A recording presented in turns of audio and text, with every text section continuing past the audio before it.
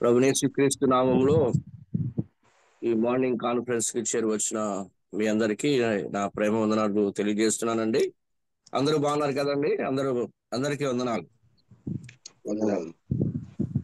మంచిదండి. ఈరోజు కార్యక్రమం ప్రారంభించుకుందాం. మొదటిగా ప్రారంభ ప్రార్థన ఆదినారాయణ గారు, మన మధ్యలో ఉన్న ఆదినారాయణ గారు అనంతపురం నుంచి వారు ప్రార్థనలు నడిపిస్తారు. అనంతరం తదుపరి కార్యక్రమాన్ని మనం ప్రారంభించుకుందాం. ప్రార్థన చేసుకుందాం. సింహాసనాసనుడైన మా దేవ, జాలుగల మా నాయన, కృపగల మా రక్షక, మీకు స్తోత్రాలు స్వామి. వందనాలు చెల్లిస్తున్నాం. మానవ మాత్రం మమ్మల్ని ప్రేమించి మా కొరకు భూలోకానికి దిగి వచ్చి మా కొరకు శిలువ యాగం మీరు పొంది మాకు గొప్ప రక్షణ భాగ్యం ఉచితంగా అనుగ్రహించిన దేవా నీకు స్తోత్రాలు. ఈ భాగ్యం ఎంతో మందికి లేకుండా నైనా నశించిపోతున్నారు, నరకాగ్నికి వెళ్తున్నారు. అటు వారందరితో మీరు మాట్లాడి నైనా ఆకర్షించి రక్షణ భాగ్యం దయచేయమని వేడుకొని ప్రార్థిస్తున్నాము. రక్షింపబడిన మేము మీకు సాక్షులుగా మహిమకరంగా నైనా తండ్రి మిమ్ములు పోలు నడుచుకునే భాగ్యం మాకు అనుగ్రహించండి. మెట్టుకు నాయనా తండ్రి మార్నింగ్ కాన్ఫరెన్స్ నా తండ్రి ఓడి చెరువు నుంచి మీ దాసులు బర్ణమాస్ గారు భారం వహించి బాధ్యత వహించి నడిపిస్తుండగా మీరే సహాయం దయచేయండి. ఈ దినం అధ్యక్షులు వహించిన జాన్ విక్టర్ గారిని మీరు జ్ఞాపకం చేసుకోండి. సమయోచితమైన జ్ఞానం అనుగ్రహించండి ప్రభువా. ఈ దినం కార్యక్రమం అంతట్లో పాట పాడేవారిని, వాక్యం అందించే మీ దాసుని, నన్ను ప్రార్థించే వారిని వీరందరినీ కూడా మీరు ఎక్కల చాటు కింద భద్రపరచుకోమని వేడుకొని ప్రార్థిస్తున్నాం. ఈ కార్యక్రమం అంతట్లో నెట్వర్క్ ప్రాబ్లం లేకుండా ఆది నుంచి అంతవరకు మీ సహాయాన్ని కోరుతున్నాం ప్రభువా. మీరు నడిపించండి. అయినా దావీదు మహారాజ్ సెలవిచ్చినట్టు కొండల తట్టు నా కన్నులు ఎత్తున్నాను, నాకు సహాయం ఎక్కడి నుంచి లభించిన యెహోవానే లభించిన సెలవిచ్చినట్టు మేము కూడా మీ సహాయాన్ని కోరుతున్నాం. ఈ దిన సహాయం అంతట్లో కూడా మాతున్నాండి. ముఖ్యంగా ఈ దినం ఎలక్షన్లు జరుగుతున్నాయి. ఎక్కడ అవాంఛనీయ సంఘటనలు జరగకుండా నెమ్మదిగా ప్రశాంతంగా అయ్యా తండ్రి జరిగినట్టు సహాయం తెచ్చండి. ఎలక్షన్లో కూడా మీ బిడ్డలు ఎంతో మంది డ్యూటీకి వెళ్ళారు. క్షేమంగా వారిని అయినా తిరిగి గమ్యం చేరుస్తారని, వారు ఎలక్షన్లు చేసే ప్రతి పనిలో నమ్మకంగా చేయగలంటూ సహాయం చేస్తారని నమ్మి నీకు వందనాలు చెల్లిస్తూ ఆయన ఘనత మహిమ ప్రభావం మీకు ఆరోపిస్తూ మెట్టుకునైనా ఈ జూమ్ కార్యక్రమానికి చేరువచ్చిన బిడ్డలందరూ ఉన్నారు ప్రభా. ఇంకా రావాల్సిన వారిని సకాలంగా నడిపించమని మేమందరము నాయన తండ్రి మీ మాటలు విని ఆత్మీయ జీవితానికి మేము నాయన తండ్రి బలపడినట్లు సహాయం దయచేయమని ప్రభు అయిన క్రీస్తు యేసు వారి పరిశుద్ధమైన నామాన్ని బట్టి స్తుతించి ప్రార్థించి దీన మనసు అడిగి వేడుకుంటున్నాం తండ్రి. ఆమేన్. ప్రార్థించిన సహోదరులు ఆదినారాయణ గారికి ప్రేమ వందనాలు తెలియజేస్తున్నామండి. సమయంలో సమూయేలు గారు, పి సమూయేలు గారు కర్నూలు నుంచి వారు ఒక పాట పాడవలసిందిగా మనం చేస్తున్నాను. వారు జాయిన్ అయ్యారండి. అన్న వందనాలు. ఒక పాట పాడి.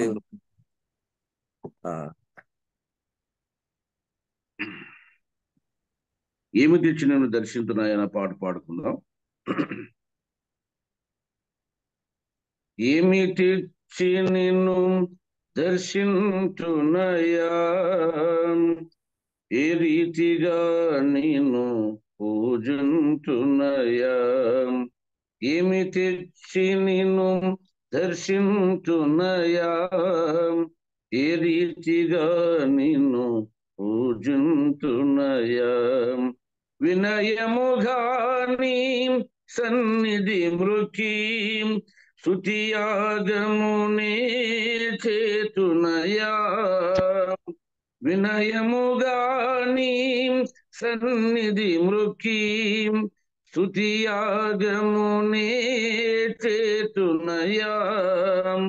ఏమి తెచ్చి నిన్ను దర్శించునయా, ఏ రీతిగా నిన్ను పూజించునయా. వెండి బంగారములు నీవే కదా, కొండపైన పశువులు నీ వశమే గదా. వెండి బంగారములు నీవే గదా, కొండపైన పశువులు నీ వశమే గదా. విరిగిన మనసు నలిగిన హృదయం విరిగిన మనసు నలిగిన హృదయం నీవు కోరిన ధూపమయా విరిగిన మనసు నలిగిన హృదయం నీవు కోరిన ధూపమయా ఏమి తెచ్చి నిన్ను దర్శింతునయా ఏ రీతిగా నిన్ను పూజింతునయా ఏమి తెచ్చి నిన్ను దర్శింతునయా ఏ రీతిగా నిన్ను పూజింతునయా ప్రథమ ఫలములు నీ సేవకీయనా దహన బలులు నైవేద్యము నీయనా ప్రథమ ఫలములు నీ సేవకీయనా దహన బలులు నైవేద్యము నీయనా సజీవయగముగా దేహమర్పించుట సజీవయగముగా దేహమర్పించుట నీదు దృష్టికి యుక్తమయా సజీవయగముగా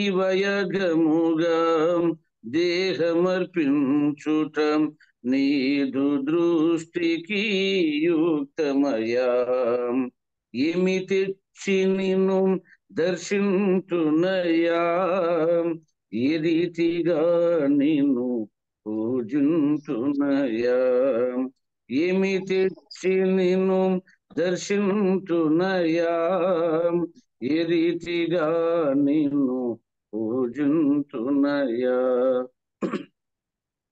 మంచి తైలముతో అభిషేకించనా ఎంచి కానుకలిచి భజించనా మంచి తైలముతో అభిషేకించనా ఎంచి కానుకలిచి భజించనా న్యాయముగా నడుచుట కనికరము చూపుట న్యాయముగా నడుచుట కనికరము చూపుట నీకిష్టమైన యాగమయా న్యాయముగా నడుచుట కనికరము చూపుట నీకిష్టమైన యాగమయా ఏమి తెచ్చి నిన్ను దర్శింతునయా ఏ రీతిగా నిన్ను పూజింతునయా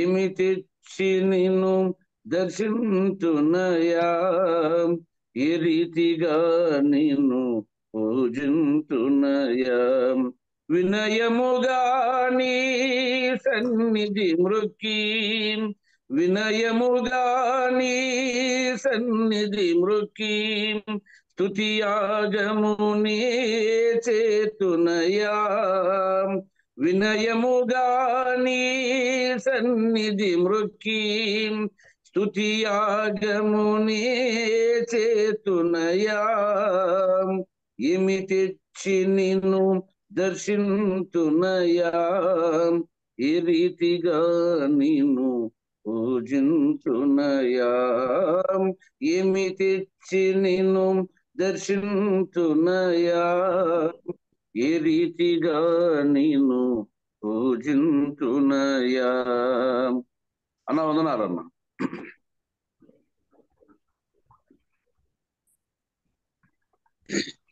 అన్న అన్మ్యూట్ అవ్వండి జాన్ బ్రదర్ మీట్లో ఉండరు మంచిదండి మంచి చక్కటి పాట పాడి వినిపించిన సమీర్ గారికి ఈ మార్నింగ్ కాన్ఫరెన్స్ తరఫున వారికి వందనాలు తెలియజేస్తున్నామండి. మరి ముఖ్యమైన విషయానికి మనం వచ్చి ఉన్నాం. దేవుని సేవకులు ఇస్రాయేల్ గారు మా ప్రాంతం నుండి జగన్నాథపురం మరి గ్రామం నుండి వారు దేవుని వాక్యాన్ని అందించడానికి వారు పిలువబడ్డారు. ఈరోజు వారు వాక్యం అందించబోతున్నారు. దానికి ముందుగా జనార్దన్ గారు వనపర్తి నుంచి వారు వచ్చి ఉన్నారు. వారు ప్రార్థించవలసిందిగా మనం చేస్తున్నాం. అన్న వందనాలు అందరికి. అన్న వందనాలు. పరిశుద్ధుడైన మా పరలోకపు తండ్రి, సర్వశక్తిగల సంపన్నుడా, పూజ్యుడగు దేవ, కనికరం కలిగిన మా ప్రభువ, ఉన్నతమైన శ్రేష్టమైన మీ నామమును బట్టి వందనాలు స్తోత్రం నీకు చెల్లిస్తూ ఉన్నాము. అనంతుడు, అద్వితీయుడవు, శ్రేష్ఠుడైన మా ప్రభువ, మానమాత్రులను మమ్మను మీరు ప్రేమించారు, కనికరించారు, దృష్టించారు, లోకములోంచి పాపం నుంచి వెన్నుకున్నారు. అందుకే వందనాలు స్తోత్రం నీకు చెల్లిస్తున్నాము దేవా. ఘర్షణ కాలం అంతా మీ రెక్కల కింద భద్రపరిచారు.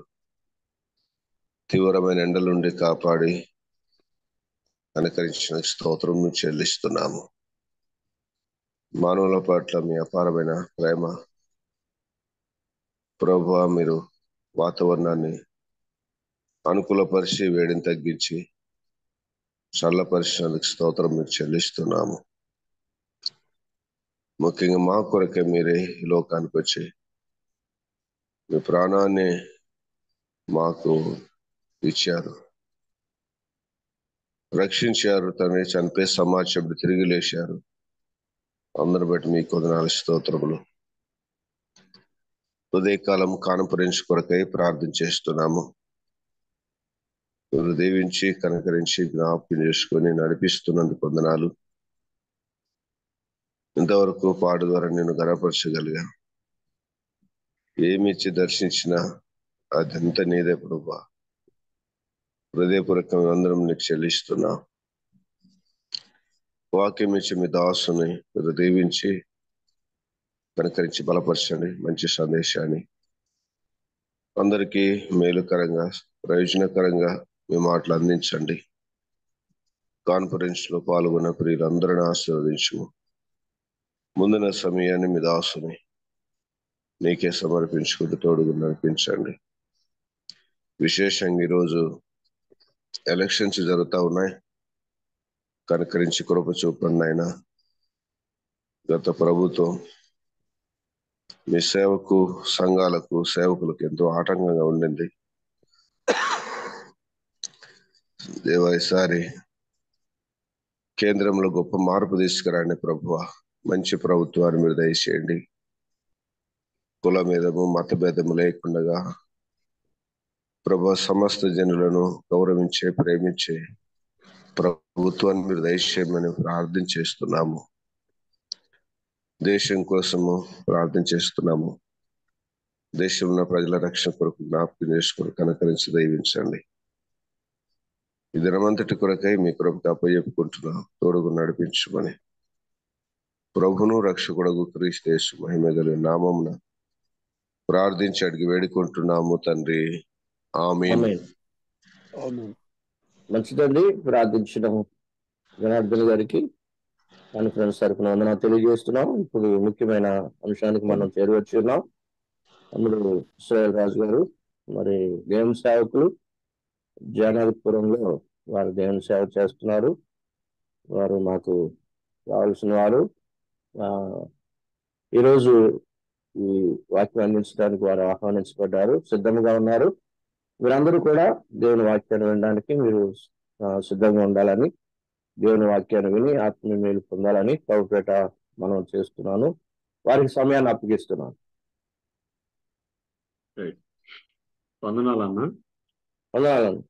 మన ప్రభువును రక్షకుడైన యేసుక్రీస్తు నామంలో చేరువచ్చినటువంటి మార్నింగ్ డివోషన్ కి చేరువచ్చిన అందరికి కూడా ప్రభు నామంలో వందనాలు తెలియజేస్తూ ఉన్నాను. ప్రేమతో మరి ప్రభు ప్రేమను బట్టి నన్ను కూడా ఈ పరిచయలు భాగస్తులుగా చేసిన అన్న బర్నబాస్ గారిని బట్టి, ఈ కాన్ఫరెన్స్ ని బట్టి నేను దేవుని ఎంతగానో స్తుతిస్తూ ఉన్నాను. దేవునికి మహిమ కలుగును గాక. దేవుని వాక్యాన్ని మనం కొద్ది నిమిషాలు ధ్యానం చేసుకున్నాం. ఉదయకాలమే దేవుని మాటలు విని మరి మన దినములు ప్రభుతో కూడా గడపడానికి దేవుడు మనకి ఇచ్చినటువంటి గొప్ప భాగ్యాన్ని బట్టి దేవాతి దేవునికి వందనాలు చెల్లిస్తూ ఉన్నాను. ఎఫెసీ పత్రికలో నుండి మనం గడిచిన కొన్ని నెలలుగా ధ్యానిస్తూ ఉన్నాం. ఎఫెసీయులకు అపోస్తలుడైనటువంటి పౌలు రాసినటువంటి ఈ పత్రిక ఎంతో మరి వైవిధ్యమైనటువంటి పత్రిక. ఎందుకు అనంటే నేను ప్రారంభంలోనే చెప్పడం జరిగింది, నూతన నిబంధనలో ఉన్నటువంటి పత్రికలన్నిటిలో రామా పత్రికను the king of the epistles అని అంటారు. అంటే పత్రికల్లోనే రారాజు అని అంటారు. ఆ తర్వాత క్వీన్ ఆఫ్ ద ఎపిజల్స్ అని ఎఫెసీ పత్రికను అంటారు. అంటే ఒక రోమా పత్రిక రాజు లాంటిది అయితే ఎఫెసీ పత్రిక రాణి లాంటిది. అంటే ఆ ప్రాముఖ్యత దానిలో ఆ పత్రికలో మరి ఇమిడి ఉన్నటువంటి దేవుడు మనకు అందించినటువంటి సంగతులు, ఆధ్యాత్మికమైనటువంటి పాఠాలు ఏవైతే ఉన్నాయో వాటి యొక్క విలువను బట్టి ఆ రీతిగా మరి బైబిల్ స్కాలర్స్ పేరు పెట్టడం జరిగింది. ఏదేమైనప్పటికీ కూడా ఎఫెసీ పత్రిక దేవుని రక్షణ ప్రణాళికను గూర్చినటువంటి సంపూర్ణమైనటువంటి వివరణను, దేవుడు బయలుపరిచినటువంటి మర్మం అన్ని జనులతో కూడా లేదా యూదులతో కూడా అన్ని జనులకు దేవుడిస్తున్నటువంటి సహపౌరసత్వం ఏదైతే ఉంటుందో దాని గురించి కూడా ఈ పత్రిక వివరించడం, యేసుక్రీస్తులో విశ్వాసకున్నటువంటి ఆధ్యాత్మిక ఐశ్వర్యాలు ఏవైతే ఉంటాయో వాటిని గురించి కూడా ఈ పత్రికలో వివరించడం మనం చూస్తాం. మొదటి అధ్యాయము 15 వచనాల వరకు మనం ధ్యానం చేసాం. 16 వచనాల వరకు ఈ మొదటి అధ్యాయము మరొకసారి మనం ధ్యానించిన అంశాలు ఒకసారి జ్ఞాపకం చేసుకుని మిగిలినటువంటి వచనాలు కూడా మనం చదువుదాం. ఈ మొదటి అధ్యాయంలో పౌలు గారి పత్రిక రాసినట్టుగా స్పష్టంగా రాయబడింది. అయితే యేసుక్రీస్తులో మనకు అనుగ్రహించబడిన పరలోక సంబంధమైనటువంటి ఆశీర్వాదం గురించి, ఐశ్వర్యం గురించి ఇక్కడ రాస్తూ ఉన్నాడు. అంటే ఆధ్యాత్మికంగా మనం రక్షించబడడం ద్వారా దేవుడిచ్చినటువంటి మేలుల గురించి, బెనిఫిట్స్ గురించి రాస్తా ఉన్నాడు. అంత మాత్రమే కాదు, మన రక్షణలో దేవుని సంకల్పం, దేవుని ముందు నిర్ణయం స్పష్టంగా ఈ పత్రికలో మనం చూడగలుగుతాం. జగత్తు పునాది వేయబడక మునిపే యేసుక్రీస్తులు ఆయన మనల్ని ఎలాగ ఏర్పాటు చేసుకున్నాడు అని, ఆ ఏర్పాటులో ఉన్నటువంటి మనము రక్షించబడిన తరువాత దేవుడు మనకి ఏ విధమైనటువంటి స్వాస్థ్యం ఇచ్చాడు, ఆ స్వాస్థ్యమునకు సంచకరువుగా ఉంటున్నట్లుగా దేవుడు పరిశుద్ధాత్మ చేత మనల్ని ఎలా ముద్రించాడు అనేటువంటి విషయాన్ని కూడా మనం ఇదే పత్రికలో చూడగలుగుతాం. అంటే రక్షణ ప్రణాళిక బయలుపరచబడడం, ఆ ప్రణాళిక దేవుని ముందు నిర్ణయంగా ఆయన సార్వభౌమ అధికారాన్ని బట్టి ఉండడం, అది మనలో నెరవేర్చబడడం, తద్వారా ఆధ్యాత్మికమైనటువంటి ఆశీర్వాదం, క్రీస్తు యేసులో అనుగ్రహించబడినటువంటి ఐశ్వర్యం మన స్పష్టంగా మరి పౌలు గారి పత్రికలో మనకు వివరిస్తూ ఉన్నాను. మొదటి అధ్యాయము 16వ వచనం నుండి కూడా మనం చదువుకుంటూ వెళ్తే 23వ వచనం వరకు ప్రభు మనకి ఇచ్చిన సమయాన్ని బట్టి మనం కొన్ని తలంపులు ఈ ఉదయకాల సమయంలో ధ్యానం చేసుకున్నాం. అపోస్తలుడైన పౌలు ఎఫెసీయులకు రాసినటువంటి పత్రిక మొదటి అధ్యాయము 15వ వచనం నుండి కూడా నేను చదువుతున్నాను. ఈ హేతువు చేత ప్రభు అయిన యేసునందలి మీ విశ్వాసమును గూర్చి పరిశుద్ధులందరి ఎడల మీరు చూపుచున్న విశ్వాసమును గూర్చి నేను వినినప్పటి నుండి మీ విషయమై మానక దేవునికి కృతజ్ఞతాస్తుతులు చెల్లించున్నాను. మరియు మీ మనోనేత్రములు వెలిగింపబడినందున ఆయన మిమ్మల్ని పిలిచిన పిలుపు వలన నిరీక్షణ ఎట్టిదో, పరిశుద్ధులలో ఆయన స్వాస్థ్యం యొక్క మహిమైశ్వర్యం ఎట్టిదో, ఆయన క్రీస్తునందు వినియోగపరిచిన బలాతిశయమును బట్టి విశ్వసించు మనయందు ఆయన చూపుచున్న తన శక్తి యొక్క అపరిమితమైన మహత్మ్యం ఎట్టిదో మీరు తెలుసుకొనవలనని మన ప్రభు అయిన యేసుక్రీస్తు యొక్క దేవుడైన మహిమా స్వరూపియగు తండ్రి తన్ను తెలుసుకొనుటకు మీకు జ్ఞానమును ప్రత్యక్షతయు గల మనస్సు అనుగ్రహించినట్లు నేను నా ప్రార్థన యందు మిమ్మును గూర్చి విజ్ఞాపన చేయుచు ఉన్నాను. 19 వచనం వరకు కూడా నేను చదివాను. సమయం ఉంటే మిగిలిన వచనాలు కూడా మనం ధ్యానం చేసుకున్నాం. ఈ 15వ వచనం నుండి 19వ వచనం వరకు ఉన్నటువంటి ఈ భాగం మొదటి 15, 16 వచనాల్లో ఎఫెసీ సంఘాన్ని బట్టి, విశ్వాసులను బట్టి దేవునికి పౌలు గారు కృతజ్ఞత చెల్లిస్తూ ఉన్నాడు. 17 నుండి 19 వచనాల వరకు వారు ఆధ్యాత్మికంగా ఇంకా ఎదగాలి, దేవుణ్ణి ఇంకా తెలుసుకోవాలి, యేసుక్రీస్తులో వారికి అనుగ్రహించబడినటువంటి వాటిని వారు తెలుసుకోవాలి అని వారి కొరకు పౌలు ప్రార్థన చేస్తున్నటువంటి వాడుగా మనకు కనిపిస్తున్నాడు. ఈ 15వ వచనాన్ని 16వ వచనాన్ని మనం చూసినట్లయితే ఈ హేతువు చేత అని ప్రారంభిస్తూ ఉన్నాడు. అంటే ఈ హేతువు, ఈ కారణాన్ని బట్టి అని అంటున్నాడు అని అంటే దానికి ముందు ఉన్నటువంటి సంగతులతో ఇంటర్లింక్ చేస్తూ మాట్లాడుతున్నాడు. దానికి ముందు దేని గురించి చెప్పాడు అనంటే దేవునిలో మనకు అనుగ్రహించబడిన రక్షణ గురించి చెప్పాడు. దేవునిలో మనకు అనుగ్రహించబడినటువంటి పరిశుద్ధాత్మ దేవుని గురించి మనకు చెప్పాడు. మనము రక్షణ సువార్తను విని వాగ్దానం చేయబడినటువంటి దేవుని ఆత్మ చేత ముద్రించబడ్డాం. ఆ ఆత్మను దేవుడు మనకు సంచకరువుగా ఇచ్చాడు కాబట్టి, లేదా ఈ హేతువును బట్టి ప్రభు అయిన యేసుక్రీస్తునందలి మీ విశ్వాసమును గూర్చి, పరిశుద్ధులందరి ఎడల మీరు చూపుచున్న విశ్వాసమును గూర్చి నేను వినినప్పటి నుండి మీ విషయమై మానక దేవునికి కృతజ్ఞత చెల్లిస్తున్నా. అంటే మీరు రక్షించబడ్డారు, దేవుని ఆత్మ చేత ముద్రించబడ్డారు.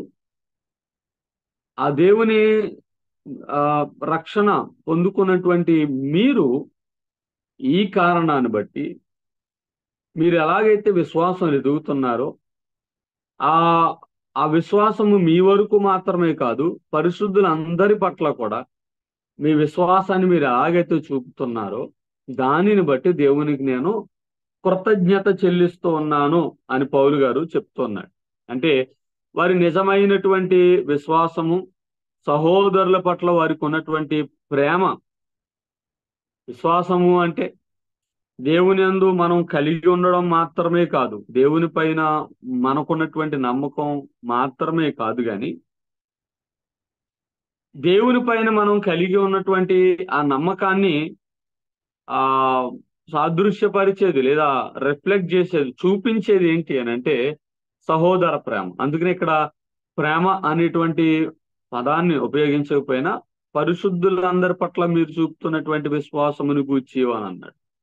అంటే విశ్వాసములోనే అక్కడ పరిశుద్ధుల పట్ల వారు వ్యవహరిస్తున్నటువంటి ఆ తీరును చక్కగా జ్ఞాపకం చేశాడు. అంటే సహోదరులతో మన సంబంధాలను బహిర్గతం చేసేదే మన విశ్వాసం. దానిలోనే మనం కలిగి ఉండే ప్రేమ కానీ, వారి పట్ల మనం చూపించే సహనం కానీ, వారి పట్ల మనం కలిగి ఉండేటువంటి ఆ వైఖరిని మన విశ్వాసము స్పష్టంగా తెలియచేస్తారు. తెస్సలోనికీయులకు రాసినటువంటి పత్రికలో మనం చూసినట్లయితే మొదటి పత్రిక 1వ అధ్యాయంలోనే అక్కడ కూడా తెస్సలోనిక సంఘాన్ని గురించి మాట్లాడుతూ పౌలు అంటాడు, సహోదరులందరి పట్ల మీరు చూపుతున్నటువంటి విశ్వాసము, ప్రేమ అని మాట్లాడతాడు. నిజమే, ఆ ప్రేమ, నిరీక్షణ అనేటువంటి 3 విషయాలు కూడా అక్కడ తెస్సలోనిక పత్రికలో మాట్లాడుతాడు. నిజమే, మనము రక్షించబడ్డాం, దేవుని ఆత్మ చేత ముద్రించబడి నడిపించబడతా ఉన్నాం. అయితే తోటి విశ్వాసుల పట్ల మనకుండేటువంటి వైఖరి ఎలా ఉంటాం? ఒకవేళ ఇక్కడ పౌలు గారు ఈ సంఘాన్ని బట్టి దేవుని స్తుతిస్తున్నాడు, ఎందుకంటే వారు రక్షించబడ్డారు, వారు దేవునిలో నమ్మకంగా సాగుతున్నారు. అంత మాత్రమే కాదు, విశ్వాసులతో కూడా కలిసి చక్కటి ప్రేమ సంబంధాన్ని కలిగి ఉన్నారు. నేడు విశ్వాసులంగా మనం అలాంటి మంచి సంబంధాలు కలిగి ఉంటున్నామా? మనం అలా కలిగి ఉండడం ద్వారా దేవుని మనం స్తుతించగలుగుతున్నామా? ఎఫెసీ సంఘాన్ని బట్టి పౌలు దేవునికి కృతజ్ఞత తెలుపుతున్నాడు వారి విశ్వాసమును బట్టి. మనము కూడా మన విశ్వాసం ఎప్పుడూ కూడా క్రియల్లో ప్రతిబింబించేటువంటిదిగా ఉండాలి. కేవలము విశ్వాసులుగా ఉండడం కాదు, విశ్వాసమునకు తగిన రీతిగా తోటి విశ్వాసులతో గాని సంఘముతో గాని మనం వ్యవహరించాల్సినటువంటి అవసరం ఉంది. ఇక 17వ వచనానికి మనం వచ్చినట్లయితే ఇక్కడ పౌలు గారు 19 వచనం వరకు ఈ తెలుగులో కలిపి ఉన్నాయి ఈ వచనాలు. మరియు మీ మనోనేత్రములు వెలిగింపబడినందున ఆయన మిమ్మల్ని పిలిచిన పిలుపు వలన నిరీక్షణ ఎట్టుదో, పరిశుద్ధులైన స్వాస్థ్యం యొక్క మహిమైశ్వర్యం ఎట్టుదో, ఆయన క్రీస్తునందు వినియోగపరిచిన బలాత్సయమును బట్టి విశ్వసించు మనయందు ఆయన చూపుచున్న తన శక్తి యొక్క అపరిమితమైన మహాత్మ్యం ఎట్టుదో మీరు తెలుసుకొనవలెనని మీ కొరకు ప్రార్థన చేస్తున్నాను అంటున్నాడు. మన మనోనేత్రాలు వెలిగించబడినందున అంటున్నాడు. మీ మనోనేత్రాలు వెలిగించబడినందు, మన ఆధ్యాత్మిక నేత్రాలు వెలిగించబడ్డాయి. కొరింథీయులకు రాసిన పత్రిక 4వ అధ్యాయము 2వ పత్రిక 4వ అధ్యాయము 4వ వచనంలో స్పష్టంగా మనం చూస్తాం. అపవాది మీ మనోనేత్రాలకు గుడ్డితనం కలిగించాడు. ఎందుకంటే సువార్త ప్రకాశమానము మీ మీద ప్రకాశింపకుండునట్లు అంటాడు. దేవుని వెలుగు, దేవుని ప్రేమ, దేవుడు మనకు అనుగ్రహిస్తున్నటువంటి రక్షణ ఆయన సువార్త ద్వారా మనము వినకూడదు, ఆ ప్రేమను మనం గ్రహించకూడదు అని మన మనోనేత్రాలను అపవాది గుడ్డితనం కలిగించాడు. ఇక్కడ మనం చూస్తాను ఆ మనోనేత్రాలు వెలిగించబడ్డాయి. గమనించండి, మొదటి అధ్యాయం నుండి కూడా రక్షణ అనేటువంటి అంశాన్ని మాట్లాడుతూ దాన్ని కొనసాగిస్తూ అదే కాంటెక్స్ట్ లో ఇక్కడ కూడా మాట్లాడుతాను. మనోనేత్రాలు వెలిగించబడ్డాయి. యువర్ ఎన్లైటెండ్, మన ఆత్మీయ నేత్రాలు తెరవబడ్డాయి. ఎలా దేవుడు తెరిచాడు? ఈ మనోనేత్రాలు వెలిగించబడడం లేదా తెరవబడడం అనేటువంటిది పరిశుద్ధాత్మ దేవుడు చేసే పని. పరిశుద్ధాత్మ దేవుడు మన మనోనేత్రాలను తెరిచాడు. ఎందుకంటే ఆయనే జ్ఞానము గల ఆత్మ అని దేవుని వాక్యం చెప్తాను. యెషయా గ్రంథము 11వ అధ్యాయము 2వ వచనాన్ని మనం చూస్తే, యెషయా గ్రంథము 11వ అధ్యాయము 2వ వచనాన్ని నేను చదువుతూ ఉన్నాను. ఇక్కడ అంటా ఉన్నాడు, యెహోవా ఆత్మ జ్ఞాన వివేకములకు ఆధారముగు ఆత్మ, ఆలోచన బలములకు ఆధారముగు ఆత్మ.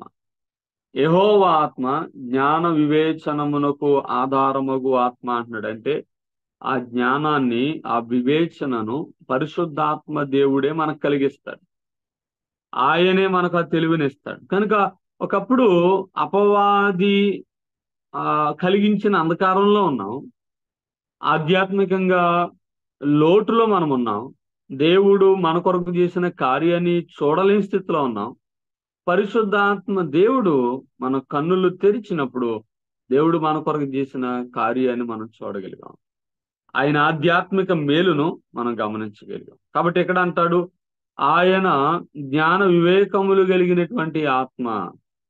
ఆ తరువాత యోహాను సువార్త 16వ అధ్యాయము 12వ వచనం మనం చూసినట్లయితే ఇక్కడ ఆయన సమస్తమును బయలుపరిచేటువంటి వాడుగా కూడా ఉన్నాడు.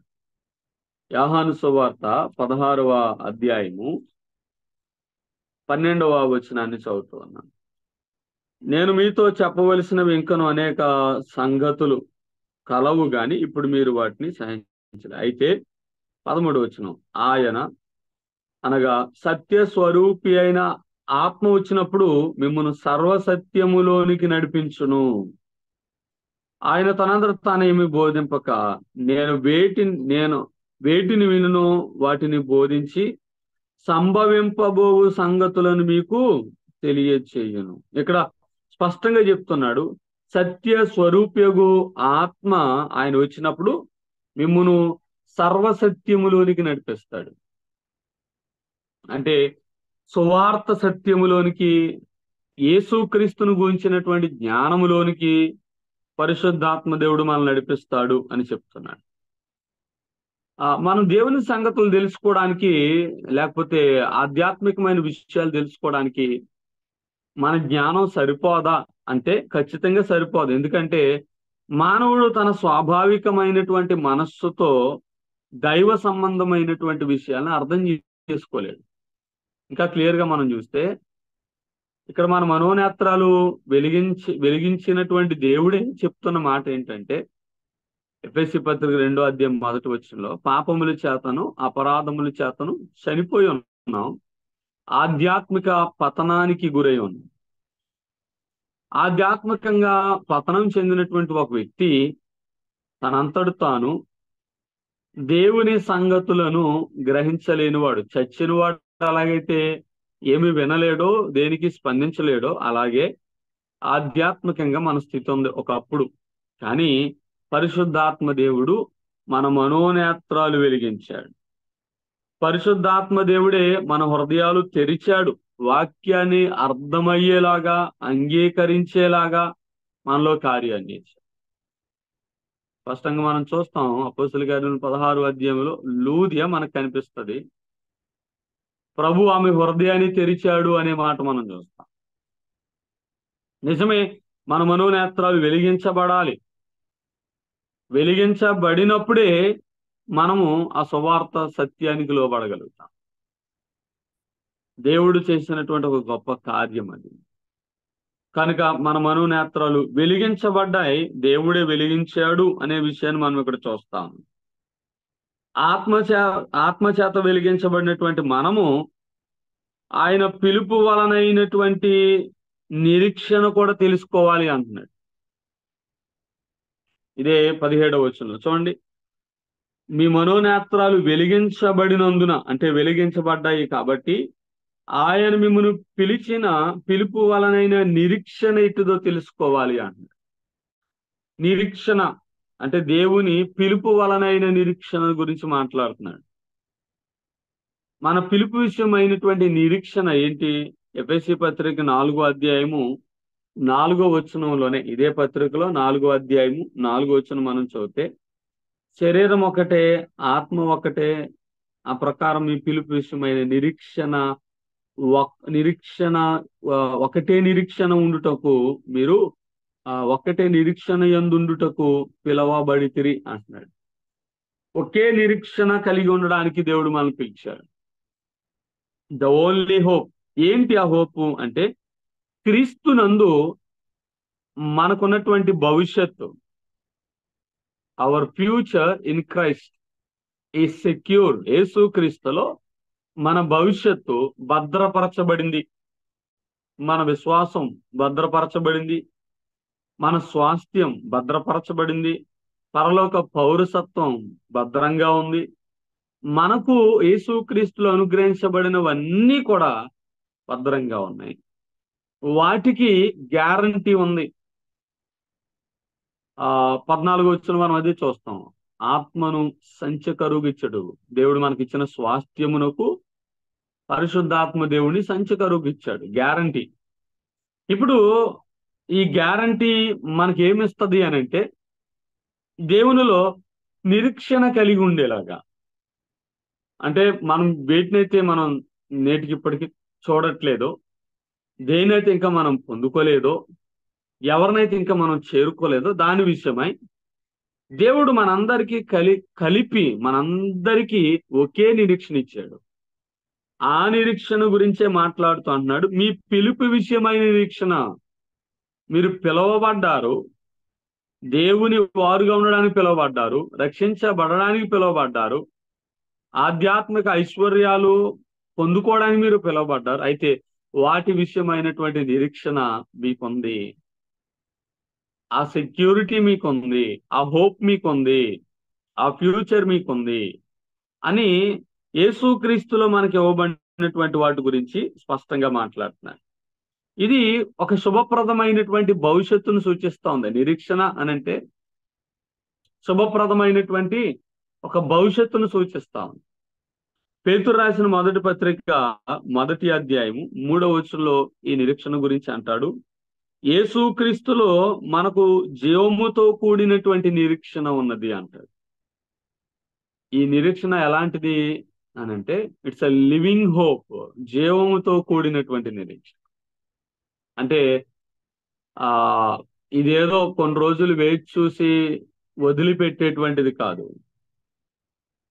యేసుక్రీస్తులో మనం జీవాన్ని పొందుకున్నాం, మనోనేత్రాలు వెలిగించబడ్డాయి, ఆధ్యాత్మికంగా బ్రతికాము, ఆధ్యాత్మికంగా జీవిస్తూ ఉన్నాం. మనకి ఇవ్వబడిన నిరీక్షణ, మన భవిష్యత్తు విషయమైనటువంటి ఆ శుభప్రదమైనటువంటి నిరీక్షణ ఎలాంటిదంటే జీవము కలిగినటువంటిది అంటున్నాడు. It's living hope. అంటే కొన్ని రోజులు చూసి చూసి ఇంకేం జరుగుతుంది అని విడిచిపెట్టేది కాదు, కనిపెట్టి కనిపెట్టి ఆశలు వదులుకోవడం లాంటిది కాదు.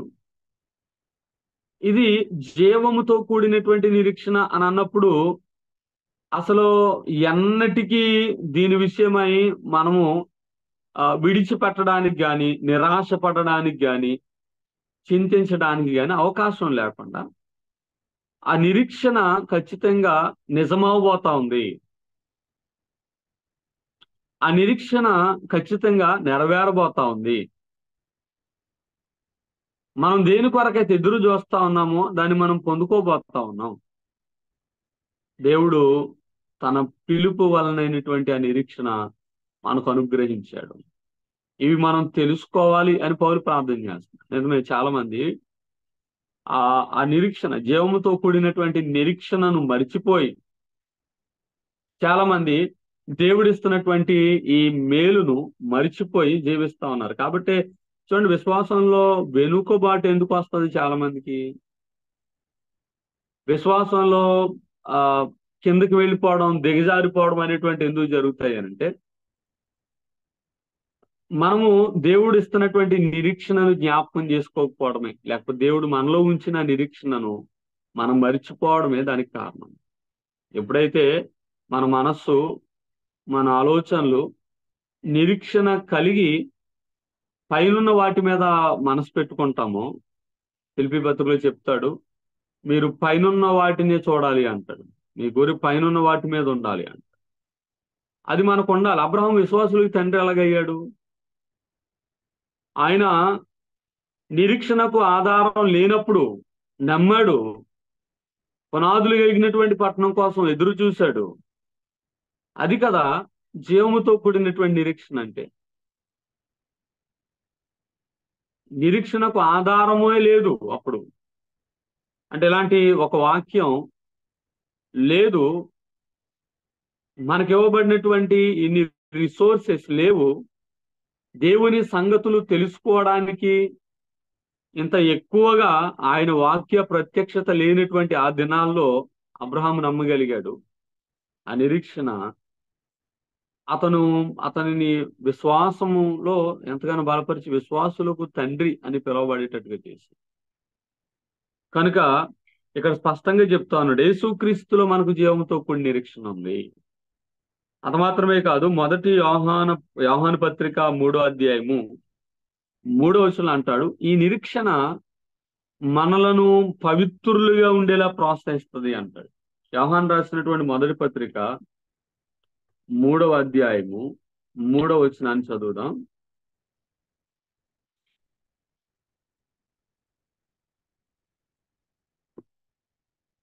ఈయన యందు ఈ నిరీక్షణ పెట్టుకున్న ప్రతి వాడును ఆయన పవిత్రుడై ఉన్నట్టు తను తాను పవిత్రునిగా చేసుకొనును అంటున్నాడు. ఆయన యందు ఈ నిరీక్షణ పెట్టుకున్న ప్రతి వాడు అంటున్నాడు. ఏ నిరీక్షణ? పైనే అంటాడు 2వ వచనంలో, ప్రియులారా ఇప్పుడు మనము దేవుని పిల్లలమై ఉన్నాము, మనం ఏమోదు ఇంకా ప్రత్యక్షపరచబడలేదు, కానీ ఆయన ప్రత్యక్షమైనప్పుడు ఆయన ఉన్నట్టుగా ఆయనను చూతుము గనుక ఆయనను పోలి ఉందుమని ఎరుగుదుము అంటాడు. దేవుని పిల్లలం, దేవునిలో మనకు అనుగ్రహించబడిన నిరీక్షణ ఏంటి? పిల్లలారా అంటున్నాడు. దేవుని పిల్లలం, విశ్వాసులం. దేవుడు అంటా ఉన్నాడు, ఏమవుతుందో మనం ఇంకా చూడలేదు, ఆ ప్రత్యక్షత మనకి ఇవ్వలేదు దేవుడు ఇంకా. కానీ ఒక విషయాన్ని మాత్రం తన వాక్యంలో జరగబోయే ఆ ప్రత్యక్షతను గురించి చెప్తున్నాడు. ఏంటి అనంటే, ఆయన ప్రత్యక్షమైనప్పుడు మనం ఆయన చూసినప్పుడు మనం ఆయనను పోలి ఉంటాము అంటున్నాడు. ఇది జీవముతో కూడిన నిరీక్షణ. కనుక దేవునిలో మనకి ఇవ్వబడినటువంటి ఈ నిరీక్షణ మనల్ని ఏం చేయాలి అనంటే, ఆ 3వ వచనంలో అందును బట్టి మనము పవిత్రులుగా ఉండాలి. ఇందాక చెప్పాను, విశ్వాసంలో వెనుకబాటు రాకుండా ఉండాలి అంటే దేవునిలో మన నిరీక్షణ ఎల్లప్పుడూ నిలిచి ఉండాలి. ఆ నిరీక్షణను మనం మర్చిపోతే ఖచ్చితంగా ఆత్మ సంబంధమైన పరలోక సంబంధమైన విషయాల మీద మనసు ఉండదు కనుక మనము వెనకడుగు వేయడానికి విశ్వాసంలో అవకాశం ఉంటుంది. కనుక మన విశ్వాసులం ఆ సంగతి మనం జ్ఞాపకం ఉంచుకుంటాం. అయితే మనకు ఉన్నటువంటి భవిష్యత్తును ఎప్పుడు మనం జ్ఞాపకం ఉంచుకోవాలి. అప్పుడు మనము ఆయనను పోలి ఉంటాము, మనము ఆయనను చూస్తాము, మనము ఆయన వారముగా ఉంటాం. ఆయన శిరసత్వము కింద సంఘములో అవయములుగా అమర్చబడవలసినటువంటి వారం అనే సంగతి గుర్తున్నప్పుడు మనము జాగ్రత్తగా మన విశ్వాసాన్ని కాపాడుకోవడానికి, పవిత్రతను కాపాడుకోవడానికి అవకాశం ఏర్పడుతుంది. కాబట్టి పౌలు స్పష్టంగా ఈ మాట చెప్తూ తర్వాత అంటున్నాడు, పరిశుద్ధులలో ఆయన స్వాస్థ్యం యొక్క మహిమైశ్వర్యం ఎట్టుదో మీరు తెలుసుకోవాలి అంటున్నాడు. పరిశుద్ధులలో ఆయన స్వాస్థ్యం యొక్క మహిమైశ్వర్యం అంటే క్రీస్తులో మన స్వాస్థ్యం గురించి మాట్లాడట్లేదు కానీ మనలో ఆయన స్వాస్థ్యము గురించి మాట్లాడుతున్నాడు.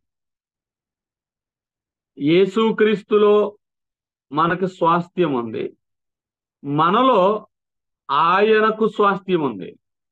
అంటే మనమే ఆయన స్వాస్థ్యం అని కూడా చెప్పవచ్చు. ఇక్కడ ఈ మాటలో ఆయన యందు స్వాస్థ్యముగా చేయబడ్డాం. 1వ అధ్యాయము 11వ వచనంలో మాట మాట్లాడుతా ఉన్నాడు చూడండి. ఎఫెసీ పత్రికలోనే 1వ అధ్యాయము 11వ వచనంలో,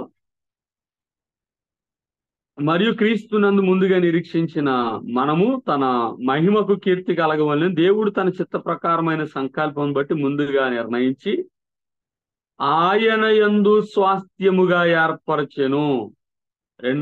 అక్కడ చూస్తాం, ఆయన యందు స్వాస్థ్యముగా ఏర్పరచెను, లేదా మనకొక స్వాస్థ్యమును ఏర్పరచెను అంటున్నాడు. ఆయన యందు స్వాస్థ్యముగా ఏర్పరచబడినటువంటి వారు. దేవుడు మనల్ని తన గొప్ప ఐశ్వర్యములో భాగంగా చేసుకున్నాడు. ఈ లోకంలో మనము ఐశ్వర్యవంతులమైతే మనకు ఎంత ఘనత వస్తుందో, ఎంత పేరు వస్తుందో, అంతకంటే ఎక్కువగా దేవుడు మనకు చెల్లించినటువంటి వెల ఏదైతే ఉందో, ఆయన రక్తమిచ్చి మనల్ని కొనుక్కున్నాడు, ఆయన పిల్లలుగా మనం చేసుకున్నాడు, ఆయన స్వాస్థ్యముగా మనం చేసుకున్నాడు. కనుక సంఘము నుండి ఆ మహిమ, మనము కొనబడినటువంటి వారం, మనము ఆయన వారం, ఆయనకు చెందినటువంటి వారం, ఆయనకు స్వాస్థ్యముగా చేయబడినటువంటి వారం. కనుక ఆయన స్వాస్థ్యము నుండి ఆయనకి ఎప్పుడు కూడా మహిమ కలగాలి, ఆయన మహిమపరచబడాలి. అదే ఇక్కడ చెప్తున్నాడు, ఆ స్వాస్థ్యము యొక్క మహిమైశ్వర్యం ఎట్టుదో మీరు తెలుసుకోవాలి. యేసుక్రీస్తులో స్వాస్థ్యముగా చేయబడ్డాం. యేసుక్రీస్తులో స్వాస్థ్యముగా చేయబడినటువంటి మనకు మన ద్వారా దేవుడు ఎలా మహిమపరచబడబోతా ఉన్నాడు, తద్వారా మనకు కలిగేటువంటి ఐశ్వర్యం ఏమైతే ఉందో ఆధ్యాత్మికంగా దాని గురించి మాట్లాడు. కనుక మన నిరీక్షణను బట్టి దేవుడు పరిశుద్ధుల స్వాస్థ్యములో మహిమైశ్వర్యముగా దేవుడు మనల్ని ఉంచడానికి ఆయన మనకిస్తున్నటువంటి ఆ గొప్ప అవకాశం, లేకపోతే ఆ ఘనతను బట్టి మనం దేవుని స్తుతించాలి. ఆ తర్వాత అంటున్నాడు, విశ్వసించు మన యందు ఆయన చూపుచున్న శక్తి యొక్క అపరిమితమైనటువంటి మహాత్మ్యమిట్టుదో తెలుసుకోవాలి అంటాడు. విశ్వసించుచున్నటువంటి మనలో యేసుక్రీస్తు చూపుతున్నటువంటి శక్తి, ఆ శక్తి కూడా అపరిమితమైనటువంటి మహత్యముతో కూడినటువంటిది అని అంటున్నాడు. పౌలు దైవ సంబంధమైనటువంటి శక్తిని, నిత్యమైనటువంటి శక్తిని గురించి ఇక్కడ మాట్లాడుతా ఉన్నాడు. వీటిని మనం తెలుసుకోవాలి ఒక విశ్వాసుగా. నిజమే, విశ్వాసులముగా పిలువబడుతున్నటువంటి మన కనీస బాధ్యత ఏంటి అంటే దేవునిలో మనకి ఏమేమి ఉన్నాయో మనం తెలుసుకోవాలి. వాట్ గాడ్ ఈజ్ ప్రొవైడింగ్ అస్, మన ఆధ్యాత్మిక బలపరచడానికి దేవుడు ఏ ఏ వనరులను మనకి ఇస్తున్నాడో మనం తెలుసుకుంటే ఆశ్రయించడానికి, ఆ బలంతో మనం సాగడానికి అవకాశం ఉంటుంది. దేవునిలో మరింత మనం విశ్వాసంలో బలపడడానికి అవకాశం ఉంటుంది.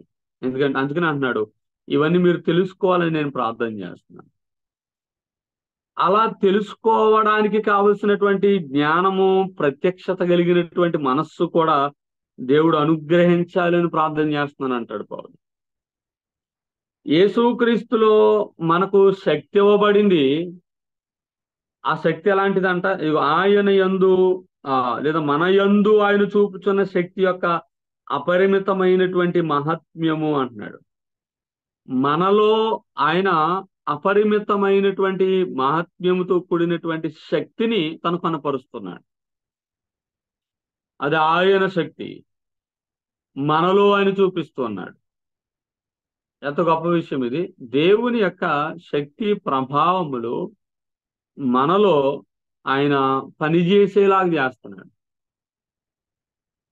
మనం ఆయన ఆశ్రయించినప్పుడు, మనం ఆయన మీద ఆధారపడినప్పుడు అపరిమితమైనటువంటి ఆ మహాత్మ్యము ఆయన చూపిస్తూ ఉంటాడు. తన శక్తి చేత తన మహాత్మ్యం ఏంటో మనకు చూపిస్తూ ఉంటాడు. క్రొత్త నిబంధనలో కూడా సంఘాల పట్ల దేవుని కార్యాలు మనం చూస్తే, విశ్వాసుల పట్ల పత్రికలలో సైతము దేవుడు చేసిన కార్యాలు చూస్తే, ఆధ్యాత్మికంగా ఆయన ఎంతగా సంఘాలను బలపరుస్తూ వచ్చాడో మనకు అర్థమవుతుంది. ఆయన ఎంతగా ఆధ్యాత్మిక సంగతులను బోధించి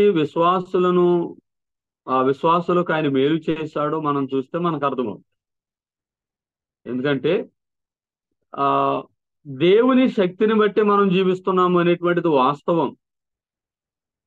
ఈ జీవము ఆయన దగ్గర దాచబడింది. మనకు ఇవ్వబడిన జీవము ఆయనతో కూడా ఉంది, ఆయన దగ్గర దాచబడింది.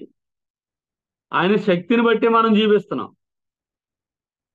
ఈ లైఫ్ అనేది ఆయన ఇవ్వబడింది. ఈ ఆధ్యాత్మిక జీవితం, ఈ రక్షణ, మారు మనస్సు, విశ్వాస సంబంధమైన జీవితం, పరిశుద్ధుల స్వాస్థ్యం, నిరీక్షణ, ఇవన్నీ కూడా ఆయన మనకి ఇచ్చాడు. ఆయన శక్తిని బట్టి ఇచ్చాడు. ఆ శక్తి యొక్క అపరిమితమైనటువంటి మహాత్మ్యం అంటే ఆయన పనిచేస్తున్నటువంటి తీరు, ఆ పనిలో ఆయన వినియోగిస్తున్నటువంటి ఆ శక్తి ఎంత గొప్పదో మనం తెలుసుకోవాలి అంటాడు. తెలుసుకోవాలి. యేసుక్రీస్తులో ఉన్నటువంటి ఆ మహిమ ప్రభావములు మనం తెలుసుకోవాలి. కేవలం ఏదో గడిపేస్తున్నామే, రోజులు వెళ్ళిపోతున్నాయి, లేదు కొంత వాక్యాన్ని మనం చదువుకుంటున్నాం, విడిచిపెడుతున్నాం కాదు. దేవుడు ఎంత శక్తి కలిగిన వాడు. ఈ రోజుల్లో కూడా వివిధ రకాల బోధలు వచ్చేసాయి. యేసుక్రీస్తు ప్రభు వారు దేవుడే కాదు అని చెప్పేటువంటి వాళ్ళు బయలుదేరారు. ఇప్పుడు ఆయన దేవుడు అని చెప్పాలి అని అన్నప్పుడు ఖచ్చితంగా ఆయన అపరిమితమైనటువంటి మహాత్మ్యం ఎలాంటిదో, ఆయన వినియోగిస్తున్న శక్తి ఎలాంటిదో దేవుని వాక్యంలో చెప్పబడింది. వాటిని మనం తెలుసుకోగలగాలి. యేసుప్రభు వారి భూమి మీద ఉన్నప్పుడు, తన పరిచర్య చేస్తున్నప్పుడు దైవ మానవుడిగా వచ్చి తను తగ్గించుకుని పరిచర్య చేసిన సందర్భాల్లో కూడా తన శక్తిని, తన మహాత్మ్యాన్ని ఆయన కనుపరుస్తూనే ఉన్నాడు. ఆయన తన దైవత్వాన్ని విడిచిపెట్టిన వాడు కాదు, దాచిపెట్టినటువంటి వాడు కాదు. తన శక్తిని వినియోగపరిచినటువంటి వాడుగా కనిపిస్తాడు. విశ్వాసుల్లో కూడా తన కార్యము చేయడానికి, విశ్వాసంలో బలపరచడానికి, ఆధ్యాత్మిక మేలులు ఇవ్వడానికి నేడు కూడా తన శక్తిని ఇవ్వగలిగినటువంటి సమర్థుడు అనేటువంటి విషయాన్ని మనం చూడాలి. కాబట్టి ఈ విషయాలన్నీ మనం తెలుసుకోవడం మాత్రమే కాదు, జ్ఞానం పొందుకోవాలి. ఆ ప్రత్యక్షత కలిగినటువంటి మనస్సు మనలో ఎల్లప్పుడూ ఉండాలి అని అంటే వాటి కొరకు నేను ప్రార్థన చేస్తున్నాను, మీకు దేవుడు ఇవన్నీ ఇవ్వాలని ప్రార్థన చేస్తున్నానని పౌలు అంటాడు. మనం కూడా మన సంఘాల్లో ఉన్నటువంటి విశ్వాసుల కొరకు ఈ విధమైన ప్రార్థన మనం చేయాలి. భౌతికంగా ఎన్నో సంగతులు తెలుసుకుంటున్నారు, కానీ ఆధ్యాత్మికమైనటువంటి విషయాలు మనం వారికి బోధిస్తూ ఉన్నప్పుడు ఆ ప్రత్యక్షతను, వాక్య ప్రత్యక్షతను, దేవుని శక్తిని, దేవుడిచ్చిన నిరీక్షణను వారు తెలుసుకుని బలపడాలి అనేటువంటి ప్రార్థన మనం ఎల్లప్పుడూ కూడా చేయాలి. ఎప్పుడైతే మనం ఆ ప్రార్థన చేస్తామో వాళ్ళు విశ్వాసంలో మరింత ముందుకు సాగడానికి, మరింత దేవునిలో బలపడడానికి అవకాశం ఉంటుంది అనేటువంటి విషయాన్ని మనం చూడగలుగుతాం. ఎఫెసీ పత్రికలోనే మిగిలినటువంటి ఆ వచనాలను కూడా మనం ధ్యానం చేసుకుంటూ వెళ్తే 20వ వచనాన్ని కూడా నేను చదువుతా ఉన్నాను. 20వ వచనం నుండి చదువుతా ఉన్నాను. అయితే 19వ వచనం చివరిలో పౌలు చెప్తున్న ఒక్క మాటను నేను జ్ఞాపకం చేస్తాను. ఆ ఈ మహాత్మ్యం ఏంటిదో మీరు తెలుసుకోవాలని, మన ప్రభు అయిన యేసుక్రీస్తు యొక్క దేవుడైన మహిమా స్వరూప్యగు తండ్రి తన్ను తెలుసుకొనుటకు మీకు జ్ఞానమును ప్రత్యక్షతయు గల మనస్సును అనుగ్రహించినట్లు నేను నా ప్రార్థన యందు మిమ్మును గూర్చి విజ్ఞాపన చేయుచున్నాను అన్నాడు. తన్ను తెలుసుకొనుటకు దేవుడు ప్రత్యక్షత అనుగ్రహించేలాగా ప్రార్థన చేయాలి. సో ఇదంతా పౌలు చేస్తున్నటువంటి ప్రార్థన. ఈ ప్రార్థన మనం ఎప్పుడు చేసేవారంగా ఉండాలి. అంటే ఆత్మ సంబంధమైన విషయాల కోసం ప్రార్థన చేయాలి. మనం చూస్తే పౌలు రాసిన దాదాపు అన్ని పత్రికల్లో, ప్రాముఖ్యంగా చరపత్రికలు మనం చూస్తే కనుక ఏదో ఒక అధ్యాయంలో ప్రార్థన కనిపిస్తుంది. ఫిలిప్పీ పత్రికలో, కొలసీ పత్రికలో, ఎఫెసీ పత్రికలో, గలతీ పత్రికలో కూడా సంఘం కొరకు, అక్కడ ఉన్న విశ్వాసుల కొరకు నేను ప్రార్థన చేస్తున్నాను అంటాడు. ఆ ప్రార్థనలు మనం గమనిస్తే గనక విశ్వాస సంబంధమైన అంశాలే ఉంటాయి. ఆత్మీయ సంగతుల కోసం ప్రార్థన చేస్తారు. ప్రభా వీళ్ళకి ఇల్లు ఇవ్వు, కార్లు ఇవ్వు, మేడలు ఇవ్వు, లేకపోతే డబ్బులు 4 అంతలు చేయి, 10 అంతలు ఆశీర్వదించు కాదు. ఈ రోజుల్లో కూడా బయట వాళ్ళని చూసి మన వాళ్ళు అలవాటు పడతా ఉన్నారు. ఏంటంటే భౌతిక సంబంధమైనటువంటి ఆశీర్వాదం, ప్రాస్పారిటీ కోసం ఎక్కువగా అడిగేటువంటి వారుగా ఉంటారు. దేవుణ్ణి అడగడం తప్పు కాదు. దేవుణ్ణి అడగాల్సింది అవసరాలు. మనకి ఏ మేరకు అవసరమో అవసరాలు అడిగితే తప్పక దేవుడు క్రీస్తు యేసునందు తన మహిమైశ్వరం చొప్పున ప్రతి అవసరం తీరుస్తా అన్నాడు. అవసరాలు తీర్చే దేవుడే తప్ప ఆయన మన డంబముల కోసము అడిగేటువంటి వాటిని నెరవేర్చేవాడుగా. కనుక మన అవసరాలు అడగాలి దేవునిలో. ప్రాముఖ్యంగా ఆధ్యాత్మిక సంగతులు మనం అడగాలి. ప్రభా నిన్ను గురించిన జ్ఞానం నాకు ఇంకా తెలియాలి. నీ మాటలు నేను వింటుండగా, చదువుతుండగా, ధ్యానిస్తుండగా నాకు నేర్పించు ప్రభా అని మన మట్టుకు మనము నేర్చుకోవలసిన వారమే. విశ్వాసులకు నేర్పించవలసిన వారు. అది మన బాధ్యత. 20వ వచనం నుండి చదువుదాం. ఆయన ఆ బలాతిశయము చేత క్రీస్తును మృతుల్లో నుండి లేపి సమస్తమైన ఆధిపత్యము కంటేను, అధికారము కంటేను, శక్తి కంటేను, ప్రభుత్వము కంటేను ఈ యుగమందు మాత్రమే గాక రాబోవు యుగమందును పేరు పొందిన ప్రతి నామము కంటేను ఎంతో హెచ్చుగా పరలోకమునందు ఆయనను తన కుడి పార్శ్వమున కూర్చుండబెట్టుకొని ఉన్నాడు. మరియు సమస్తమును ఆయన పాదముల కింద ఉంచి సమస్తము పైన ఆయనను సంఘమునకు శిరస్సుగా నియమించాను. ఆ సంఘము ఆయన శరీరము, సమస్తమును పూర్తిగా నింపుచున్నవాని సంపూర్ణతయునై ఉన్నది. సంఘము ఆయన శరీరం. అయితే ఆ శరీరమును గురించి మాట్లాడుతూ ఇక్కడ అంటాడు, ఆయన ఆ బలాతిశయము చేత. ఏ బలాతిశయం? పైనుండి చెప్తూ వస్తున్నాడు కదా, 17 నుండి 19 వచనాల్లో స్పష్టంగా రాశాడు. ఆయన మిమ్మల్ని పిలిచిన పిలుపు ఎలాంటిదో, నిరీక్షణ యొక్క ఆ పరిశుద్ధుల స్వాస్థ్యము ఆ యొక్క మహిమైశ్వర్యం ఎట్టుదో, నిరీక్షణ ఎట్టుదో, క్రీస్తునందు వినియోగపరిచిన బలాతిశయం ఎట్టుదో మీరు తెలుసుకోవాలి అన్న. శక్తి యొక్క అపరిమితమైనటువంటి మహత్వం, వీటిని తెలుసుకుని ఆయన చూపుతున్నటువంటి యేసుక్రీస్తులు మనకు అనుగ్రహించబడినటువంటి ఆ సమస్తమైనటువంటి ఆధిపత్యం, అధికారం, శక్తి, ఇవన్నీ మనం తెలుసుకోవాలి అంటాడు. యేసుక్రీస్తు యొక్క మహోన్నతమైనటువంటి ఆధిపత్యము, ప్రధానత్వమును గురించి ఇక్కడ మాట్లాడుతున్నాడు. What he is. యేసు ప్రభు ఏమని ఉన్నాడు, ఆయన హెచ్చించబడినటువంటి ఆ విషయాన్ని ఇక్కడ జ్ఞాపకం చేస్తాడు. యేసు ప్రభు అన్ని నామముల కంటే పైనామముగా హెచ్చించబడ్డాడు. అన్ని ఆయనకి ఎందుకు వచ్చేసాయి. ఇప్పుడు అన్నిటికంటే పైన ఉన్నటువంటి వాడు ఆయనే. కొలసీపత్రులు అంటాడు, అన్నిటికీ పైన ఉన్నాడు, అన్నిటికీ ఆధారభూతుడు, అన్నిటికీ ఆది సంభూతుడు అంటాడు. ఫిలిప్పీ పత్రిక 2వ అధ్యాయం 6 నుండి 8 వచనాలు మనం చూస్తాం. 7 మెట్లు ఆయన తగ్గించుకున్నవాడుగా కనిపిస్తాడు మనకు. ఆ భాగాన్ని క్రిస్టలాజికల్ ప్యాసేజ్ అని అంటాం. క్రీస్తు యేసునకు కలిగిన ఈ మనస్సు మీరును కలిగి ఉండుడి అని మాట్లాడుతూ అక్కడ కొన్ని విషయాలు ఆయన చెప్తూ ఉంటాడు. దేవునితో సమానంగా ఉండుట విడిచిపెట్టకూడని భాగ్యమని ఆయన ఎంచుకోలేదు.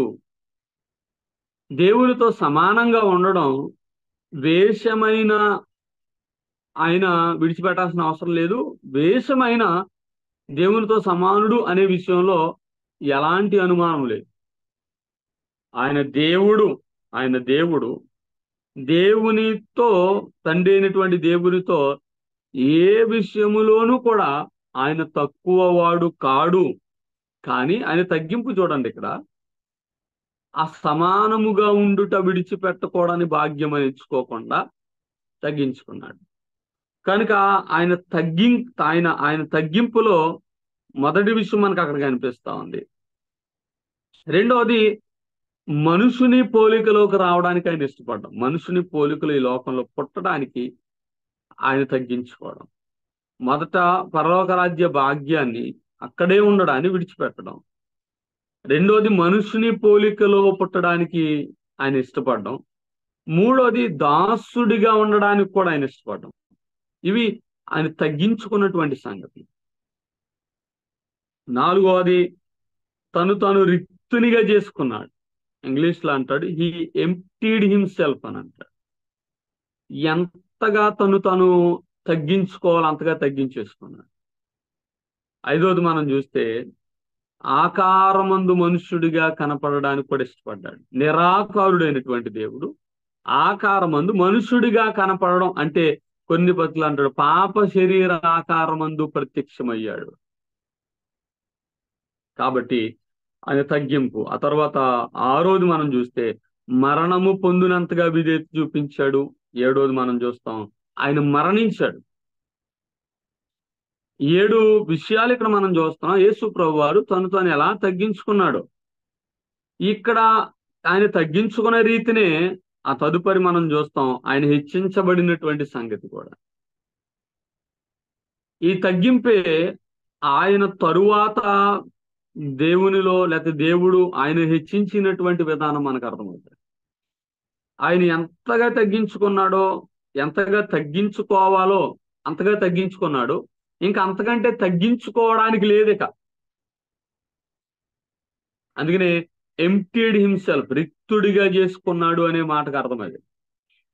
అంతకంటే తగ్గించుకోవడానికి ఇంకేమీ లేదు. ఆయన అంతగా తగ్గించుకున్నాడు. ఇప్పుడు తగ్గించబడినటువంటి ఆయన దేవుని చేత ఎంతగా హెచ్చించబడ్డాడు అనంటే, దేవుడు ఆయనను మృతులలో నుండి లేపాడు. మృతిని జయించేలాగా దేవుడు చేశాడు. సో దేవుడు మృతుల్లో నుండి లేపాడు. ఇక్కడే మనం చూస్తాను మృతుల్లో నుండి లేపిన తర్వాత ఏం చేశాడు అనంటే, రెండవ విషయాన్ని మనం చూసినట్లయితే సమస్త ఆధిపత్యాన్ని ఇచ్చాడు. ఆధిపత్యం, పవర్ ఓవర్ ఎనీథింగ్, సమస్త ఆధిపత్యము కంటే. చూడండి 20వ వచనం అంటున్నాడు ఆయన బలాతిశయము చేత. ఎఫెసీ పత్రిక 1:20 ఆయన బలాతిశయము చేత, దేవుడు తన బలము చేత తగ్గించుకున్నటువంటి యేసుక్రీస్తును మృతులలో నుండి లేపాడు. మొదటి విషయం హెచ్చించబడడంలో. రెండవది సమస్తమైనటువంటి ఆధిపత్యము కంటే ఎక్కువైనటువంటి ఆధిపత్యాన్ని ఇచ్చాడు.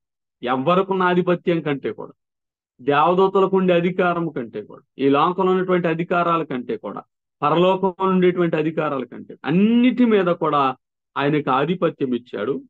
ఆ తరువాత అంటాడు అధికారము కంటేను అని అంటాడు.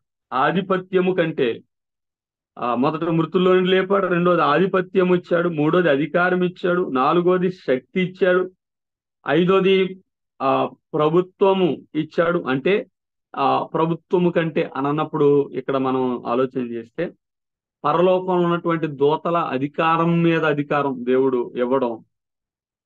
మొదటి పేతురు పత్రిక 3:22 మనం చూస్తాం.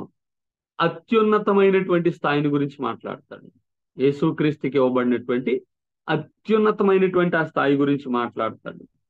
ఆ తర్వాత ఈ యుగమందు మాత్రమే గాక రాబోవు యుగమందు పేరు పొందినటువంటి ప్రతి నామము కంటే పై నామముగా హెచ్చించబడ్డాడు. రాబోవు యుగము అన్నప్పుడు దేని గురించి సూచిస్తుంది అని అంటే 1000 ఏండ్ల పరిపాలన గురించి సూచిస్తుంది. అక్కడ అన్ని నామములు పేరు పొందిన అన్నింటికంటే కూడా, అన్ని రాజ్యముల మీద కంటే కూడా ఆయన సింహాసనాసీనుడిగా ఉండి పరిపాలించబోతా ఉన్నాడు. ఆ తర్వాత 6వ వచనాన్ని మనం చూసినట్లయితే కనుక దాంట్లో 1000 ఏండ్ల పరిపాలన ఆయన అధికారిగా ఉంటాడు. లోకాసు వార్త 1వ అధ్యాయం 32, 33 వచనాలు మనం చూస్తాం. అక్కడ అంటాడు, ప్రభువు తండ్రి అయిన దావీదు సింహాసనము ఆయనకిచ్చును, యాకోబు వంశస్థులను ఆయన యుగ యుగములు ఏలును అంటాడు. 7వదిగా మనం చూస్తే ఆయన ఎంతో హెచ్చుగా పరలోకమందు తండ్రి కుడి పార్శ్వాన కూర్చుని అన్నాడు. ఇది మోర్ అథారిటీ అని చెప్పబడింది. హెబ్రీ పత్రిక 1వ అధ్యాయం 4వ వచనంలో మనం చూస్తాం, ఆయన దేవుని యొక్క మహా తేజస్సు, ఆయన తత్వం యొక్క మూర్తిమంతము అయ్యుండి తన మహత్తు గల మాట చేత సమస్తమును నిర్వహించుచు పాపముల విషయములో శుద్ధీకరణము తానే చేసి దేవదూతల కంటే ఎంత శ్రేష్టమైన నామము పొందేనో, లేదా దేవదూతల కంటే ఎంత శ్రేష్టమైన నామం పొందేనో వారి కంటే అంతే శ్రేష్ఠుడై ఉన్నత లోకమందు మహామహుడగు దేవుని కుడి పార్శ్వమున కూర్చున్నాడు. యేసుక్రీస్తు హెచ్చించబడినటువంటి రీతిని పౌలు గారి పత్రికలో జ్ఞాపకం చేస్తా ఉన్నాడు. 20 నుండి 21, 22 వచనాలు. కనుక తగ్గించుకున్నవాడు హెచ్చించబడును. ఆయన బోధించడం మాత్రమే కాదు, తగ్గించుకున్నాడు, ఆయన హెచ్చించబడ్డాడు. వీటిని ఆయన తాత్కాలికంగా వదులుకుని వచ్చాడు. మరణము పొందినంతగా మరణించి తగ్గించుకున్నాడు. దేవుడు అంతగా యేసు ప్రభుకు బలమును, అధికారమును, ఆధిపత్యమును, యుగము లేనటువంటి భాగ్యాన్ని ఆయన కుడి పార్శ్వాన ఆయన పెట్టుకుని ఆయనను ఒక గొప్ప స్థితిలో మరలా ఉంచినటువంటి వాడిగా మనం చూస్తాం. ఈ 7 మెట్లు ఆయన తగ్గి అంతకంటే ఎక్కువగా ఈ 7 మెట్లు ఆయన హెచ్చించబడ్డాడు. కాబట్టి ఆయన దేవునితో సమానుడు, ఏ మాత్రం తక్కువవాడు కాదు. అంతకుముందు ఈ లోకంలోనికి ఆయన రాకముందు ఏ విధమైనటువంటి దైవత్వపు గుణలక్షణాలు, అధికారం, ఆధిపత్యం, శక్తి, మహాత్మ్యం ఉన్నాయో ఆ తరువాత కూడా ఈ లోకం నుండి మరలా ఆరోహణ వెళ్ళిపోయిన తర్వాత కూడా ఆయనకు ఆ అధికారం ఉన్నది. ఎందుకంటే కొన్ని బోధలు మనం చూస్తాం, చాలా చోట్ల యేసు ప్రభు వారు దేవుడు కాదని బోధించేవాళ్ళు ఉంటారు. అంటే ఇక్కడ వారు చెప్పేటువంటి మాటలు కూడా మనం అర్థం చేసుకుంటే దేవుడిచ్చిన అధికారాలుగా వీటిని సూచిస్తూ, ఆయన ఇచ్చిన అధికారాలు లేదా ఆయన ప్రవక్తగా ఆయన ఏదో ఒక దూతగా దేవుడు వాడుకుంటున్నాడని చెప్పేవాళ్ళు ఉంటారు. లేదు, ఇవన్నీ కూడా దైవ లక్షణాలుగా కనిపిస్తాయి. చూడండి, పాపముల విషయమై శుద్ధీకరణ తానే చేసి హెబ్రీ పత్రికలో మనం చదువుకున్నాం. ఎవరు చేయగలుగుతారు? దూతలకు ఉంది అధికారం, దేవుడు మాత్రమే చేయగలుగుతాడు. కనుక లోతుగా విషయాలు మనం ధ్యానం చేసినప్పుడు క్రిస్టాలజీ, యేసుక్రీస్తు గూర్చినటువంటి ఆ దైవ శాస్త్రం ఏదైతే ఉంటుందో అది మనకు అర్థమవుతుంది. యోహాను సువార్త 14వ అధ్యాయము 28లో అంటాడు, తండ్రి నాకంటే గొప్పవాడు అని. యేసుక్రీస్తు పలికినటువంటి మాటను బట్టి యేసుక్రీస్తును తక్కువ అని అంటారు. అక్కడ యేసుప్రభు వారు ఎందుకు అన్నాడు ఆయన నాకంటే గొప్పవాడని? అంటే ఆ మాట పలికినప్పుడు, ఇందాక నేను చెప్పాను 7 విషయాల్లో తగ్గించుకున్నాడు అని. ఆ మాట పలికినప్పుడు ఆయన తన్ను తాను తగ్గించుకుని దాసుని స్వరూపములో ఉండి మాట్లాడుతున్నాడు. దాసునిగా, రిక్తునిగా ఉన్నప్పుడు మాట్లాడిన మాటలు తీసుకుని ఆయన బోధించి నేను చెప్తున్నాను, నా అంతటి నేనేమీ చెప్పలేదని యేసుప్రభు వారు అన్నాడు గనక ఆయన దేవుడు కాదు అని చెప్పడానికి లేదు. ఈ భూలోక పరిచర్యలో ఆయన ఒక తగ్గించుకున్నటువంటి ఒక కుమారునిగా ఏ మేరకు ఆయన లోబడి పనిచేయాలో ఆ మేరకు ఆయన లోబడి పనిచేశాడు. ఆయన మానవుడిగా దేవునికి లోబడుతూనే తన దైవ గుణ లక్షణాలను కూడా, దైవ శక్తిని కూడా చూపిస్తూ వచ్చాడు అనేక మంది స్వస్థపరుస్తారు. కనుక తగ్గించుకున్నటువంటి ఆయన పునరుత్థానుడు అయిన తర్వాత హెచ్చించబడ్డాడు. చివరి వచనం 22లో అంటాడు, 22, 23, మరియు సమస్తమును ఆయన పాదముల కింద ఉంచి సమస్తము పైన ఆయన సంఘమునకు శిరస్సుగా ఉంచెను అంటాడు. అన్నిటికంటే యేసుక్రీస్తు హెచ్చించబడ్డాడు అనేది మనం చూసాం. ఇప్పుడు సమస్తము ఆయన అధికారం కిందకు వచ్చేసాయి. మరణము కూడా ఆయన పాదముల కింద ఉంది. సమస్తము పైన ఆయన అధికారం కలిగి ఉన్నాడు. సంఘానికి శిరస్సుగా ఉన్నాడు. ఆయనను బట్టి సంఘానికి కూడా ఆ ఆధిక్యత దొరికింది. అంటే సంఘానికి ఆయన శిరస్సుగా ఉన్నాడు, సమస్తం మీద ఆయన ఆధిపత్యం కలిగి ఉన్నాడు. అంటే ఆయన శరీరంగా ఉన్నటువంటి మనకు దేవుడిచ్చిన ఆధిపత్యము ఏంటి అంటే కనుక సంఘానికి కూడా ఈ లోకంలో ఉన్నటువంటి అన్నిటికంటే గొప్ప ఆధిక్యత దేవుడిచ్చాడు. ఆధిపత్యం కూడా దేవుడిచ్చాడు. ఎఫెసీ 2:7 అంటాడు, ఆయనతో కూడా లేపబడ్డాం, పరలోకమందు మనం కూర్చుండబెట్టాడు. పాస్ట్ టెన్స్ లో మాట్లాడతాడు. జరిగిపోయినట్టుగా అంటే దేవుని సంకల్పంలో జరిగిపోయింది. మనలో ఇక నెరవేర్చబడలేదు, కానీ అది దేవుని సంకల్పంలో జరిగిపోయింది. యేసుక్రీస్తుతో ఏకత్వం కలిగినటువంటి సంఘం యొక్క ఆధిపత్యం కూడా లేదా అధికారము కూడా ఆ ఉన్నతమైనటువంటి స్థితి కూడా ఇక్కడ మనం స్పష్టంగా కనిపిస్తుంది. యాకోబు పత్రిక 1వ అధ్యాయం 18వ వచనం అంటాడు, తాను సృష్టించిన వాటిలో ప్రథమ ఫలముగా ఉండునట్టు సత్య వాక్యము చేత సంకల్ప ప్రకారము కన్నాడు అంటాడు. మనల్ని దేవుని వాక్యము చేత మనము కలుగు చేయబడ్డాం. సంఘము యొక్క మహోన్నతమైనటువంటి ఆధిక్యత మనకి ఇక్కడ కనిపిస్తుంది. ఆదాము ఏ అధికారం అయితే పాపము చేయడం ద్వారా తను కోల్పోయాడో అంతకంటే శ్రేష్టమైన గొప్పదైనటువంటి ఆధిక్యత యేసుక్రీస్తులో దేవుడు మనకిచ్చాడు. 1 కొరింథీ పత్రిక 15వ అధ్యాయము 23 నుండి 28 వచనం అంటాడు, సమస్తమును యేసుక్రీస్తుకు దేవుడు లోపరిచాడు. అన్ని ఆయన అండర్లోకి వచ్చేసాయి. యేసుక్రీస్తుకు సమస్తాన్ని లోపరిచినటువంటి దేవుడు సంఘమునకు శిరస్సుగా కూడా ఆయన నియమించాడు అంటాడు. కనుక సంఘమునకు క్రీస్తుకు ఉన్నటువంటి సంబంధం ప్రత్యేకమైనటువంటిది. సంఘము ఆయనలో ఏకమై శరీరంగా ఉండడానికి, దానికి ఆయన శిరస్సుగా ఉండడానికి దేవుడిచ్చినటువంటి అధికారము ఇక్కడ మనకు స్పష్టంగా కనిపిస్తూనే, శిరస్సు యొక్క ఆజ్ఞ శరీరం ఖచ్చితంగా ఎలాగైతే పాటించాలో చేసి తీరాలో, అలాగే మనకు శిరస్సుగా ఉన్నటువంటి యేసుక్రీస్తు ఆజ్ఞానుసారంగా సంఘము నడుచుకోవాల్సి ఉంది. అంటే అన్నిటి మీద ఆధిపత్యం కలిగినటువంటి ఆయన సంఘం మీద కూడా ఆధిపత్యం కలిగి ఉంది. పవర్ ఓవర్ లేదా అథారిటీ ఓవర్ ఎవ్రీథింగ్, ఈ లోకంలో ప్రతి దాని మీద అధికారం కలిగినటువంటి ఆయన సంఘానికి శిరస్సుగా ఉన్నాడు. ఎంత గొప్ప సంగతి ఇది! ఒక బెటర్గా విశ్వాసులను ఒక ఉన్నతమైనటువంటి స్థితిలో ఉంచి నడిపించగలిగినటువంటి దేవుడు. కనుక శరీరమును శిరస్సుకు లోపరిచినట్టుగానే సంఘము క్రీస్తుకు లోబడాలి అంటాడు. విచారం, ఈ రోజుల్లో సంఘాలు దేవుని వాక్యానికి లోబడనివిగా కనపడవు. క్రీస్తు శిరసత్వం లేదు, మనుషుల అధికారాలు వచ్చేసినాయి. మనుషులు ఎలా నడిపిస్తే అలా నడుస్తున్నారు తప్ప దేవుని వాక్యానికి లోబడట్లేదు. మనుషుల ఉద్దేశాలు, మనుషుల ఆలోచనలు నెరవేర్చుకుంటున్నారు.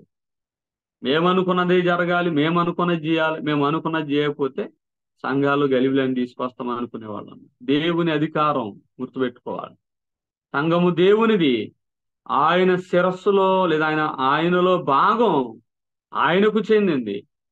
ఒక పెద్దయినా ఒక సేవకుడైనా గుర్తుపెట్టుకోవాల్సిన సంగతి, వారు కూడా సంఘములో భాగము. వారు యేసుక్రీస్తు శిరస్సు కింద శరీరంలో పనిచేస్తున్న అవయవములో వారు కూడా ఒక అవయవముగా ఉండాలి తప్ప మేము గొప్పవారమని ఎంచుకోవడానికి లేదు. దేవుడు అప్పగించిన పని, బాధ్యత గొప్పది. బాధ్యతను బట్టి, పనిని బట్టి మనము నమ్మకంగా పనిచేస్తే తప్పక దేవుడు బహుమానం ఇస్తాడు, దాంట్లో ఏ అనుమానం లేదు. కానీ మనం ఏనాడు హెచ్చించుకోకూడదు. పరిచర్యలో తగ్గింపు, పరలోకంలో మనం హెచ్చించబడతాం. చివరికి 23లో అంటున్నాడు, ఆ సంఘము ఆయన శరీరము సమస్తమును పూర్తిగా నింపుచున్న వాని సంపూర్ణత అయి ఉన్నది. క్రీస్తు శరీరము అనే సంఘము ఆయన పరిపూర్ణతను తెలియజేస్తాం. Without church he is incomplete. ఆయన ఆయన పరిపూర్ణత సంఘంలో ఉంది. సంఘం యొక్క పరిపూర్ణత ఆయనలో ఉంది. ఎంత గొప్పగా దేవుడు డిజైన్ చేశాడో మనం అర్థం చేసుకోవాలి. కొలస్సీ 2:9 అంటున్నాడు, దేవత్వం యొక్క సర్వ పరిపూర్ణత క్రీస్తులో ఉంది. అలాగే క్రీస్తు యొక్క పరిపూర్ణత సంఘము చూపిస్తా ఉంది. ఇది సార్వత్రిక సంఘాన్ని చూపిస్తా ఉంది. ఎఫెసీ 4:10-11 అంటున్నాడు, జ్ఞానములో ఏకత్వం పొంది పరిపూర్ణం అవ్వాలి, క్రీస్తునకు కలిగినటువంటి సంపూర్ణతతో సమాన సంపూర్ణత కలిగిన వారమై ఉండాలి. క్రీస్తునకు కలిగినటువంటి ఆ పరిపూర్ణతలో సమానమైన పరిపూర్ణత జరగాలి. అంటే ఇవన్నీ జరగాలి అని అంటే సంఘముల మీద దేవునికి అధికారం ఉందని, సంఘములు దేవుని అధికారానికి లోబడాల్సి ఉందని తెలుసుకున్నప్పుడు ఖచ్చితంగా జరుగుతాయి. తనకి ఎఫెసీ పత్రికలో సంఘముల గురించిన అద్భుతమైనటువంటి సంఘాలు పౌలు విశ్వాసులము అని, విశ్వాసులకు ఉన్నటువంటి పిలుపు, నిరీక్షణ, ఆ స్వాస్థ్యము, ఐశ్వర్యం ఇవన్నీ మాట్లాడుతూనే విశ్వాసుల గుంపుగా సంఘముకు యేసుక్రీస్తులో ఉన్న ఆధిపత్యం, లేదా యేసుక్రీస్తులో ఉన్నటువంటి ఆ గొప్పతనం, సంఘము మీద యేసుక్రీస్తుకు ఉన్నటువంటి ఆధిపత్యం, అధికారం సమస్తము ఆయన పాదాల కింద దేవుడు ఎలా ఉంచాడో వివరిస్తాడు. కనుక యేసుక్రీస్తులో దేవుడు మనకి ఇచ్చినటువంటి గొప్ప స్థితిని బట్టి దేవుని మనం స్తుతిద్దాం, దేవుని మనం కనపడదాం. మన సంఘాలు ప్రభు మనకు అప్పగించినటువంటి బాధ్యతలు చేసుకుని దేవుని హెచ్చించే వారంగా మనం తగ్గించుకునేటువంటి వారంగా పనిచేసినప్పుడు ఆయన అధికారం, ఆయన శక్తి, విశ్వాసులకు ఇస్తున్నటువంటి ఆ గొప్పతనం ఏంటో మనం ఆ జ్ఞానములో విశ్వాసులు నడిపించినప్పుడు, పరలోక సంబంధమైన విషయాల మీద మనసు పెట్టినప్పుడు విశ్వాసంలో ప్రతి ఒక్కరూ నిరీక్షణతో, జీవముతో కూడిన నిరీక్షణతో బలంగా ముందుకు సాగగలరని మనం జ్ఞాపకం చేసుకుంటా ఉన్నాం. దేవుడి మాటలు దీవించి ఆశీర్వదించును గాక. ఆమేన్. ఇంతవరకు శ్రద్ధగా వాక్యాన్ని విన్న అందరికీ, సహోదరులందరికీ ప్రభునామంలో వందనాలు. చక్కగా కార్యక్రమం నడిపిస్తున్న విక్టర్కి, నన్ను ఆహ్వానించిన అన్న బర్నబాస్ గారికి కూడా ప్రత్యేక వందనాలు తెలియజేస్తాను. వందనాలు బ్రదర్, వందనాలు. మంచిదండి. ఇంతవరకు శాస్త్రమైన సంగతులు, ఎఫ్సీ పత్రికల నుండి కొన్ని సంగతులు మనం ప్రభుని గూర్చి, ఆయన రక్షకుడు మాత్రమే కాదు, ఆయన సర్వభౌమాధికారం కలిగిన దేవుడు, ఆ సంగతులు మనం విన్నాం. మరి చివరిగా మరి చక్కటి వాక్యాన్ని అందించిన తమ్ముడు శ్రేయర్ రాజుకు వందనాలు తెలియజేస్తున్నాం ఈ గ్రూప్ తరఫున. మంచిదండి. చివరిగా మరి ప్రార్థన చేసుకున్నాం. ఎరపరెడ్డి గారు నల్లమాడ నుండి వారు ప్రార్థించవలసిందిగా వారిని కోరుతున్నా.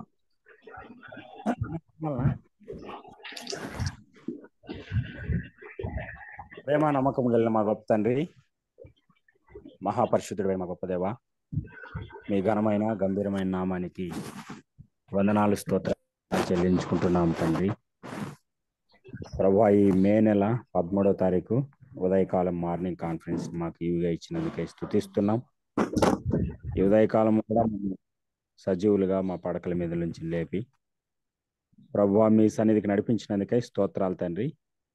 ఈ దినము కూడా మీ వాక్య సత్యాలు వినడానికి, ఆత్మీయ పాఠాలు నేర్చుకోవడానికి మీ దాసుడు ఇజ్రాయెల్ రాజన్న గారిని మీరు బలపరిచి అందించినటువంటి దేవా తండ్రి యొక్క వర్తమానాన్ని బట్టి స్తుతిస్తున్నాం, పూజిస్తున్నాం తండ్రి.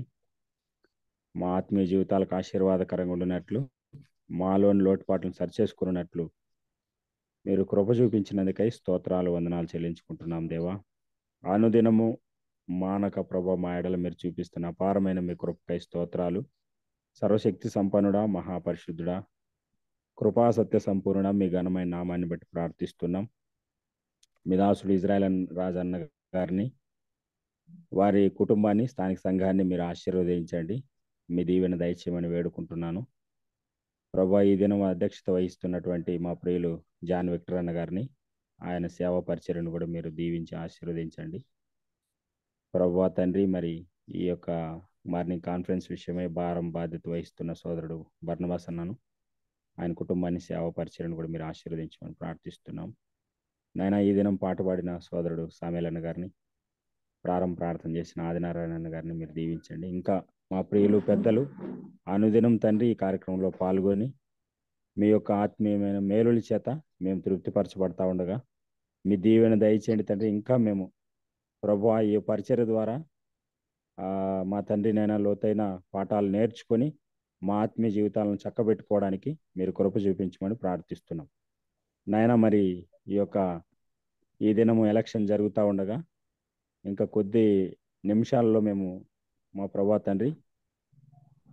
మా ప్రభా మరి ఆ యొక్క బూత్కి వెళ్ళాల్సి ఉండగా కృప చూపించండి, మీ దీవెన దయచేయండి. 5 సంవత్సరాలు పరిపాలించబో నాయకుడిని మా ప్రభా మేము ఎన్నుకోబోతుండగా మీ దీవెన దయచేయండి నాయన. క్రైస్తవులకి ఆటంకం కలిగించే వాళ్ళని దూరం చేయండి నాయన. ప్రజలందరికీ న్యాయం చేసే ప్రభుత్వాన్ని మీరు ఆశీర్వదించమని, మీ చిత్తానుసారమైన ప్రభుత్వాన్ని మీరు దయచేయమని, చేరువచ్చిన మా ప్రియులందరినీ మీరు దీవించి ఆశీర్వదించమని మా ప్రభువును రక్షకుడైన యేసుక్రీస్తు నామమున ప్రార్థించి మనవులు అడిగి వేడుకుంటున్నాం తండ్రి. ఆమేన్. మంచిదండి. ప్రార్థించిన రెడ్డి గారికి కాన్ఫరెన్స్ తరఫున వారికి వందనాలు తెలియజేస్తున్నాం. మరి వందనాలండి. ప్రారంభ ప్రార్థన చేసిన ఆదినారాయణ గారికి, ఈ సమయాలు గారు చక్కటి పాట పాడి వినిపించిన సమయాలు గారికి, అలాగే వాక్యం అందించిన ఇస్రాయేల్ రాజు గారికి, మరి ముగింపు ప్రార్థన చేసిన రెడ్డి గారికి ప్రేమవందనాలు తెలియజేస్తున్నాం. ఈ అవకాశం నాకు కల్పించిన మరి బర్నబాస్ అన్న గారికి నా ప్రేమవందనాలు తెలియజేస్తున్నాం. గ్రూప్ లో చేరవచ్చిన మీ అందరికీ నా ప్రేమవందనాలు తెలియజేస్తూ నేను బర్నబాస్ అన్నకి అప్పగిస్తున్నాను.